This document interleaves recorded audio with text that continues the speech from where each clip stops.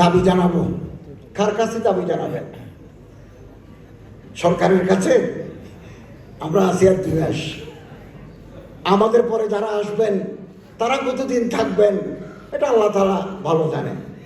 দাবি তো 54 বছর যাবত করে এসেছি, জানাতে কোনো আপত্তি নেই, দাবি জানাবো। যতদিন পর্যন্ত পার্লামেন্টের অধিকাংশ আসন ইসলামী শরিয়া মানে এইরকম মানুষ দ্বারা ভর্তি না হবে, কেবল দাবি জানিয়ে কিছু হবে না। সেটা আগামী 2026 সালের ফেব্রুয়ারি মাসের নির্বাচনে হোক অথবা 2050 সালের ফেব্রুয়ারিতে হোক, লং টার্ম প্রজেক্টের দিকে আমাদের এগোতে হবে। এই রাষ্ট্রীয় যে কাঠামো, এটা তো ব্রিটিশের গড়া, লিগেসি পেয়েছে।